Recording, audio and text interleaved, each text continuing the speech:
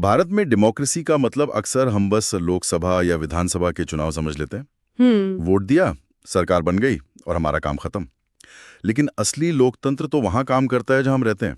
हमारी गली में, हमारे मोहल्ले में। बिल्कुल, हमारे गांव में। आज हम इसी जमीनी लोकतंत्र की जड़ों को खोदने वाले हैं। बात होगी लोकल सेल्फ गवर्नमेंट की, यानी पंचायतों और नगर पालिकाओं की। हमारे पास जो स्रोत हैं वो हमें आज़ादी के बाद से लेकर आज तक के सफ़र पर ले जाते हैं कि कैसे ये आइडिया पैदा हुआ और कैसे इसे हमारे संविधान का एक अटूट हिस्सा बनाया गया। तो चलिए इसकी परतें खोलते हैं। बिल्कुल। और ये सिर्फ कुछ नियम कानून की कहानी नहीं है। ये पावर को दिल्ली और राज्यों की राजधानियों से निकालकर गांव और शहर के आम आदमी के हाथ में देने की कहानी है। ये समझने की कोशिश है कि क्या सत्ता का विकेंद्रीकरण, मतलब डिसेंट्रलाइजेशन, वाकई हुआ है, और ये आइडिया इतना जरूरी क्यों था कि इसके लिए संविधान को बदलना पड़ा। सही पॉइंट है। तो शुरुआत करते हैं आज़ादी के ठीक बाद के दौर से। देश नया नया आज़ाद हुआ था और सवाल था कि गांवों का विकास कैसे हो। यहीं पर बलवंत राय मेहता कमेटी का नाम सामने आता है 1957 में। उन्होंने एक 3 टियर सिस्टम का सुझाव दिया था, जो हम आज भी सुनते हैं। ये अपने आप में इतना बड़ा आइडिया क्यों था? ये क्रांतिकारी आइडिया था क्योंकि इसने पहली बार डेमोक्रेटिक डिसेंट्रलाइजेशन का एक कॉन्क्रीट ब्लूप्रिंट पेश किया। इससे पहले विकास की योजनाएं ऊपर से बनकर आती थीं और नीचे लागू कर दी जाती थीं। मेहता कमेटी ने कहा, नहीं, ये तरीका गलत है। उन्होंने 3 स्तरों का ढांचा सुझाया। सबसे नीचे गांव के स्तर पर ग्राम पंचायत। हाँ, ग्राम पंचायत। बीच में ब्लॉक लेवल पर पंचायत समिति और सबसे ऊपर जिला परिषद। बिल्कुल, तीनों आपस में जुड़े हुए। सोच ये थी कि स्थानीय लोग अपनी जरूरतें बेहतर समझते हैं, इसलिए फैसले लेने का हक भी उन्हीं का होना चाहिए। और इस विजन को हकीकत में बदलने वाला पहला राज्य बना राजस्थान। 2 अक्टूबर 1959 को प्रधानमंत्री नेहरू ने नागौर जिले में इसका उद्घाटन किया। एक ऐतिहासिक पल। लेकिन मेरा सवाल यह है कि अगर ये सिस्टम इतना अच्छा था, तो फिर इसके लागू होने के 20 साल बाद ही 1977 में एक और कमेटी, अशोक मेहता कमेटी, बनाने की जरूरत क्यों पड़ी? मतलब शुरुआती दशकों में क्या कुछ गड़बड़ थी? बहुत अच्छा सवाल है। असल में हुआ ये कि शुरुआती उत्साह के बाद कई राज्यों में पंचायती राज व्यवस्था कमजोर पड़ने लगी। चुनाव नियमित रूप से नहीं हो रहे थे, उन्हें जरूरी पैसा और अधिकार नहीं दिए जा रहे थे, और वो काफी हद तक राज्य सरकारों की दया पर निर्भर हो गए थे। अशोक मेहता कमेटी जब आई तब देश में सरकार बदल चुकी थी। उनका मानना था कि मौजूदा सिस्टम असरदार नहीं रहा। तो उन्होंने क्या अलग सुझाव दिया? उन्होंने कहा कि ये 3 टियर सिस्टम बहुत बिखरा हुआ है, इसे और मजबूत और कॉम्पैक्ट बनाने की जरूरत है। तो उन्होंने 2 टियर सिस्टम का सुझाव दिया। इसमें उन्होंने जिला परिषद को पावर का मेन सेंटर बनाने की बात कही, क्योंकि जिले के पास प्लानिंग और एक्सपर्ट्स की एक मजबूत टीम होती है, और उसके नीचे 15-20 गांवों को मिलाकर एक मंडल पंचायत बनाने का सुझाव दिया। उनका फोकस एडमिनिस्ट्रेटिव एफिशिएंसी और आर्थिक मजबूती पर था। वो चाहते थे कि ये संस्थाएं खुद अपने पैर पर खड़ी हो सके। यानी एक तरफ बलवंत राय मेहता कमेटी का जोर पार्टिसिपेशन पर था, तो अशोक मेहता कमेटी का जोर एफिशिएंसी पर। सही। दिलचस्प है। लेकिन असली मोड़ तो तब आया जब इन संस्थाओं को संवैधानिक दर्जा देने की बात उठी। LM सिंघवी कमेटी ने 1986 में ये सिफारिश की। ये सुनकर हैरानी होती है कि करीब 30 साल तक ये पूरी व्यवस्था बिना किसी संवैधानिक गारंटी के चल रही थी। एग्जैक्टली। और यही सबसे बड़ी कमजोरी थी। जब तक कोई संवैधानिक बाध्यता, मतलब कॉन्स्टिट्यूशनल ऑब्लिगेशन नहीं थी, तब तक ये पूरी तरह से राज्य सरकारों की मर्जी पर था। वो चाहे तो चुनाव कराएं, चाहे तो ना कराएं, चाहे तो अधिकार दें, चाहे तो छीन लें। सिंघवी कमेटी ने इस नब्ज को पकड़ा। उन्होंने कहा कि पंचायती राज को अगर सच में मजबूत करना है तो इसे संवैधानिक रूप से मान्यता, सुरक्षा और संरक्षण देना ही होगा। उन्होंने ही ग्राम सभा को डायरेक्ट डेमोक्रेसी की आत्मा बताया और पंचायतों के लिए फाइनेंशियल ऑटोनॉमी की भी जोरदार वकालत की। और इसी विचार को थुंगन और गाडगिल कमेटी ने भी आगे बढ़ाया, जिसके बाद आखिरकार वो ऐतिहासिक मोमेंट आया जिसका हम सब इंतजार कर रहे थे। जी हाँ, 1992 का 73rd constitutional amendment act. PV Narasimha Rao उस समय प्रधानमंत्री थे। ये कानून एक गेम चेंजर था। इसने महज एक सुझाव को देश के कानून की सबसे ऊंची किताब यानी संविधान का हिस्सा बना दिया। इस संशोधन ने संविधान में ऐसा क्या जोड़ा जो पहले नहीं था? इसने संविधान में एक बिल्कुल नया अध्याय पार्ट 9 जोड़ा, जिसका टाइटल ही है द पंचायत्स। इसमें आर्टिकल 243 से लेके 243O तक पंचायतों के गठन, चुनाव, अधिकार और जिम्मेदारियों के बारे में सब कुछ विस्तार से लिखा गया। सबसे बड़ी बात, इसने हर राज्य के लिए एक 3 टियर पंचायती राज सिस्टम बनाना अनिवार्य यानी मैंडेटरी कर दिया। अच्छा, सिवाय उन राज्यों के जिनकी आबादी 20 लाख से कम हो? हाँ, बिल्कुल। और वो जो 29 फंक्शनल आइटम्स की बात होती है, वो क्या है? वो भी इसी संशोधन की देन है। संविधान में 11वीं अनुसूची या 11th शेड्यूल जोड़ी गई। इसमें 29 विषय लिस्ट किए गए हैं, जैसे कृषि, पीने का पानी, सड़कें, ग्रामीण आवास, महिला एवं बाल विकास, गरीबी उन्मूलन कार्यक्रम वगैरह। ये वो जिम्मेदारियां हैं जिन्हें राज्य सरकारें पंचायतों को ट्रांसफर कर सकती हैं ताकि वो इन पर काम कर सकें और फैसले ले सकें।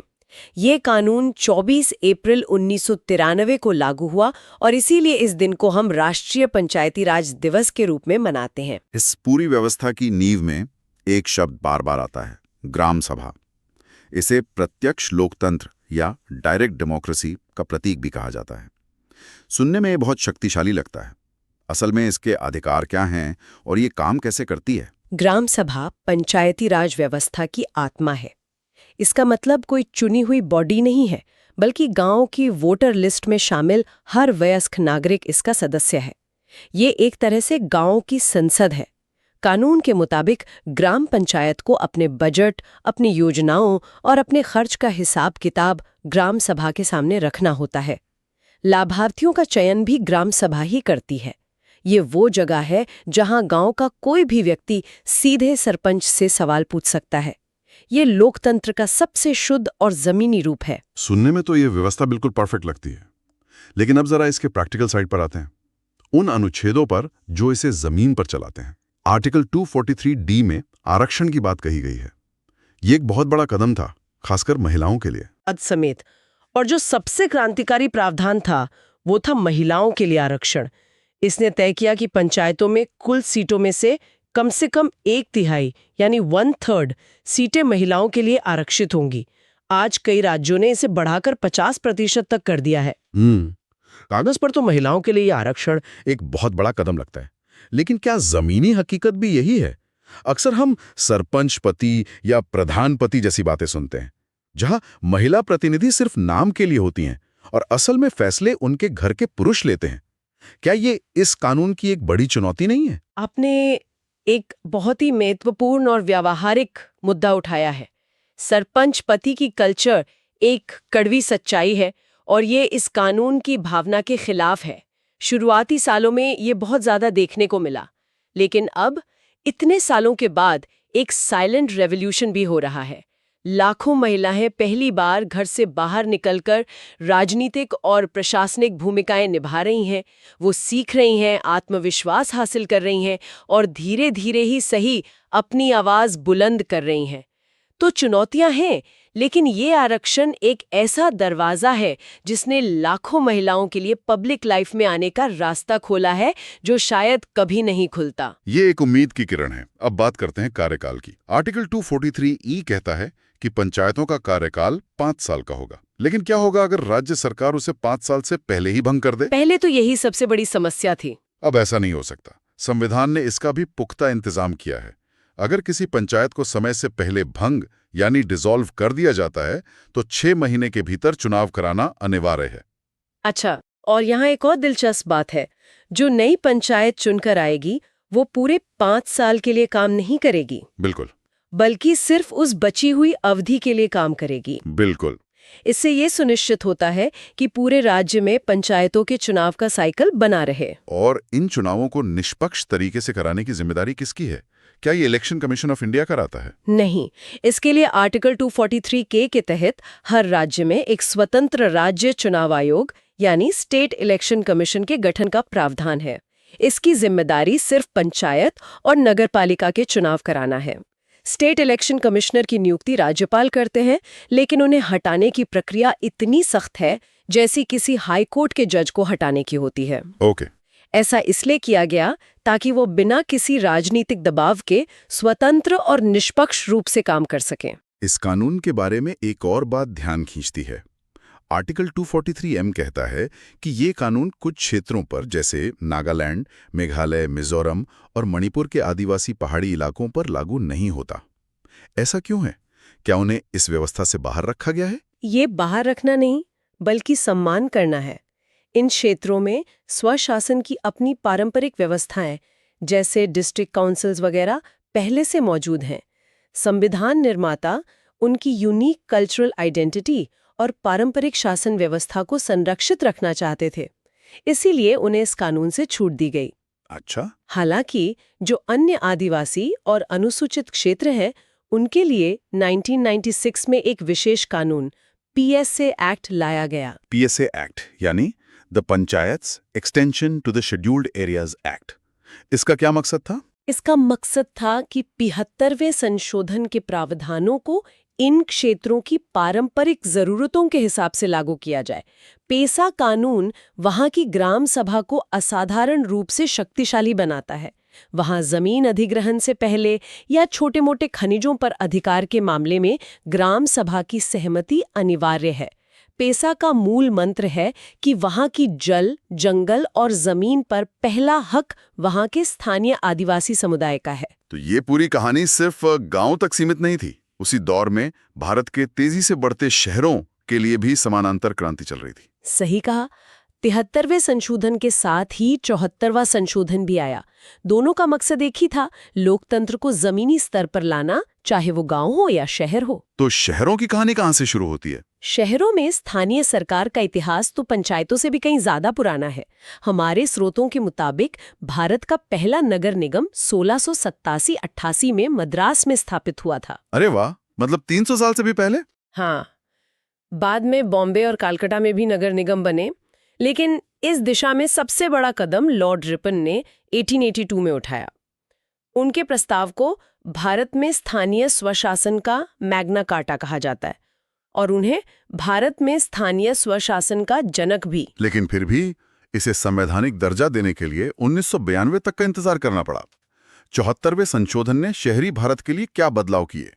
इसने भी 73वें संशोधन की तरह ही एक संवैधानिक ढांचा तैयार किया। संविधान में एक नया भाग पार्ट 9A द म्यूनिसिपैलिटीज जोड़ा गया।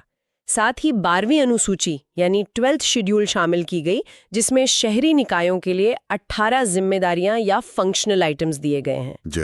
जैसे urban planning, roads and bridges, public health, slum improvement और पार्क्स एंड प्लेग्राउंड्स का रखरखाव। क्या यहाँ भी पंचायतों की तरह ही कोई टियर सिस्टम होता है? हाँ, मोटे तौर पर यहाँ भी 3 तरह की नगरपालिकाएं होती हैं, जो उस इलाके के आकार और आबादी पर निर्भर करती हैं।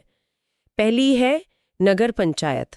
ये उन ट्रांजिशनल एरियाज के लिए होती है जो गांव से शहर में तब्दील हो रहे हैं। दूसरी है नगर परिषद यानी म्युनिसिपल काउंसिल, जो छोटे शहरों के लिए होती है। और तीसरी और सबसे बड़ी होती है नगर निगम यानी म्युनिसिपल कॉरपोरेशन, जो दिल्ली, मुंबई, बेंगलोर जैसे बड़े महानगरों के लिए होती है। और क्या इनके चुनाव, आरक्षण और कार्यकाल के नियम भी पंचायतों जैसे ही है? बिल्कुल। 74वें संशोधन ने इन मामलों में पूरी तरह से समानता रखी है। सदस्यों का चुनाव सीधे जनता द्वारा होता है। SC, ST और महिलाओं के लिए आरक्षण का वही प्रावधान है। कार्यकाल 5 साल का होता है और समय से पहले भंग होने पर 6 महीने में चुनाव कराना अनिवार्य है। ओके। और इन चुनावों की जिम्मेदारी भी उसी स्टेट इलेक्शन कमीशन की होती है जो पंचायतों के चुनाव कराता है। तो आप कह सकते हैं कि ये दोनों संशोधन एक ही सिक्के के 2 पहलू हैं, एक ग्रामीण भारत के लिए, दूसरा शहरी भारत के लिए। तो आज की इस पूरी चर्चा को समेटें तो हमने देखा कि कैसे भारत में स्थानीय स्वशासन का सफर कुछ समितियों की सिफारिशों से शुरू होकर एक मजबूत संवैधानिक ढांचे तक पहुंचा। ये सिर्फ एक एडमिनिस्ट्रेटिव सेटअप तैयार करना नहीं था, बल्कि इसके पीछे एक गहरा लोकतांत्रिक विजन था। बिल्कुल। If we connect this to the bigger picture, तो ये ढांचा शक्ति के विकेंद्रीकरण यानी डिसेंट्रलाइजेशन ऑफ पावर का एक बहुत शक्तिशाली उदाहरण है। इसका मूल उद्देश्य यह सुनिश्चित करना है कि शासन और विकास से जुड़े फैसले वो लोग लें जिन पर उनका सबसे ज्यादा असर पड़ता है, यानी आम नागरिक। ये लोकतंत्र को सिर्फ 5 साल में एक बार वोट देने की प्रक्रिया से आगे ले जाकर रोजमर्रा की जिंदगी का हिस्सा बनाने की कोशिश है। लेकिन ये हमें एक जरूरी सवाल पर भी लाकर खड़ा करता है। कानून बन गए, संस्थाएं खड़ी हो गईं, चुनाव भी हो रहे हैं, पर क्या असल में पावर ट्रांसफर हुई है? क्या पंचायतें और नगरपालिकाएं आज भी फंड्स और फैसलों के लिए राज्य सरकारों पर निर्भर नहीं हैं? यही आज सबसे बड़ी चुनौती है और यहीं पर हमारी आज की बातचीत एक विचार के साथ खत्म होती है। इन संवैधानिक संरचनाओं और अपने अधिकारों को जानने के बाद एक नागरिक के तौर पर हम अपनी स्थानीय सरकार, चाहे वो हमारी ग्राम पंचायत हो या हमारा नगर निगम, की बैठकों में और ज्यादा सक्रिय रूप से कैसे हिस्सा ले सकते हैं। हम सूचना के अधिकार जैसे टूल्स का इस्तेमाल करके उन्हें और जवाबदेह कैसे बना सकते हैं, ताकि लोकतंत्र का ये सपना सिर्फ संविधान की किताबों में ना रहकर हमारी गलियों और गांवों में सच हो सके।